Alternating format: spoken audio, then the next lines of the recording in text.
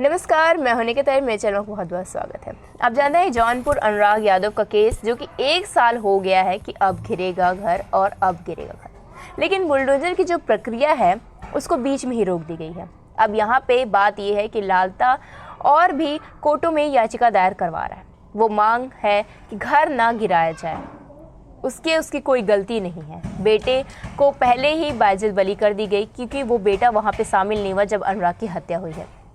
अब यहाँ पे बात ये भी है कि जब लालता इलाहाबाद पहुँचा यहाँ के कोर्ट में करने के लिए, तो यहाँ पे सुनवाई हुई क्या नहीं हुई, क्या जो है बातें गुप्त है। दूसरी चीज़ कि अनुराग के जो वकील हैं उन्होंने बहुत कोशिश किया कि अब भी लालता को सज़ा मिल सके, उसका घर गिर सके, लेकिन वो नाकामयाब रहे।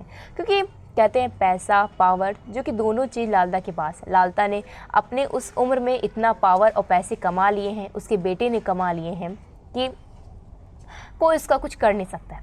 अब इस अनुराग के पिता जो कि बनारस में एडमिट है, इस सदमे से कि उनके बेटे को न्याय नहीं मिल पा रहा। मतलब प्रचार करा और लोगों ने इतना कुछ दिखाया नेम और फेम के लिए अनुराग को, लेकिन कोशिश तो सब ने की एक तरफ से कि अनुराग को न्याय मिले, लेकिन उसके बावजूद भी लालता का कोई कुछ बिगाड़ नहीं पा रहा है। इस चीज़ को लालता को या तो घमंड होगा या खुशी होगी कि उसका घर नहीं गिरा, उसने हर जगह किया, और सबूत होने के बावजूद भी कोर्ट अनुराग के लिए इंसाफ नहीं कर रहा है।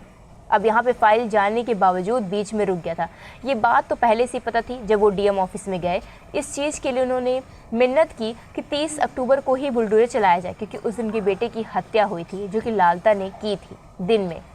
और उसके बावजूद जब ये नहीं सुनवाई हुआ तो रोना धोना हुआ। अनुराग के पिता को सदमा लगा कि वो जानते थे कि ऐसा इतना केस लड़ने पर, कोर्ट कचहरी का चक्कर काटने पर भी उन्हें अगर न्याय नहीं मिलेगा तो फिर कौन उनकी सुनेगा।